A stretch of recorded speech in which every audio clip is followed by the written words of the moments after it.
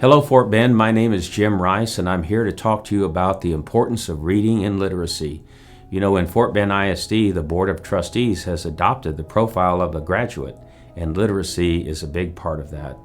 Without knowing how to read and write and understand what you are reading, it's difficult to get very far in this world of ours.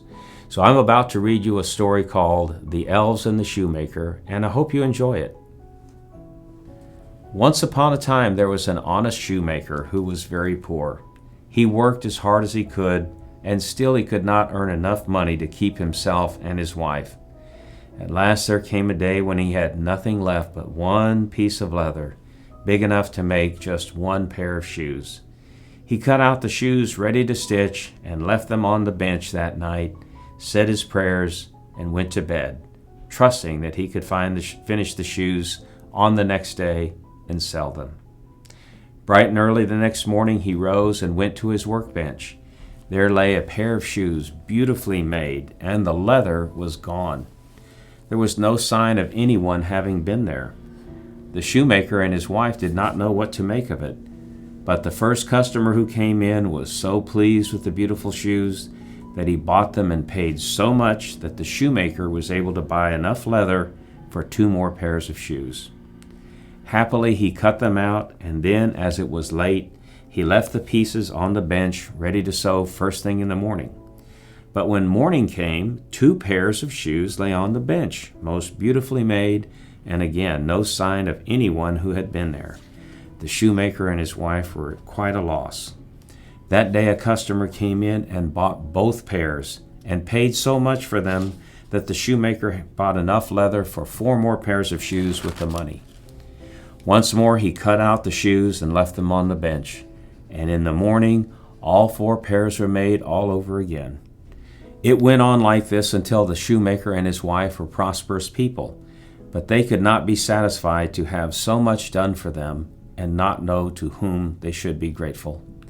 So one night after the shoemaker had left the pieces of leather on the bench, he and his wife hid themselves behind a curtain and left a light on in the room. Just as the clock struck 12, the door opened softly, and 2 tiny elves came dancing into the room, hopped onto the bench, and began to put the pieces together. They had wee little scissors and hammers and thread. Tap, tap went the little hammers, stitch, stitch went the thread, and the little elves were hard at work. No one ever worked so fast as they. In almost no time, all the shoes were stitched and finished. Then the tiny elves took hold of each other's hand and danced round the shoes on the bench till the shoemaker and his wife had hard work not to laugh out loud. But as the clock struck 2, the little creatures whisked away out of the window and left the room all as it was before. The shoemaker and his wife looked at each other and said, "How can we thank the little elves who have made us happy and prosperous?" "I should like to make them some pretty clothes," said the wife. "I will make the shoes if you make the coats," said her husband. That very day they commenced their work. That very day they commenced their task. The wife cut out 2 tiny coats of green, 2 weeny-teeny waistcoats of yellow, 2 little pairs of trousers of white, 2 bits of caps, bright red, for everyone knows that elves love bright colors. And her husband made 2 little pairs of shoes with long, pointed toes.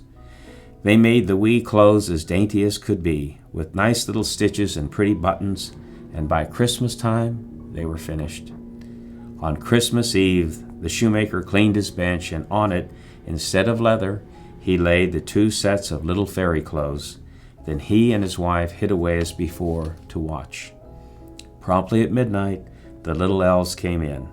They hopped upon the bench, and when they saw the little clothes there, they laughed and danced for joy.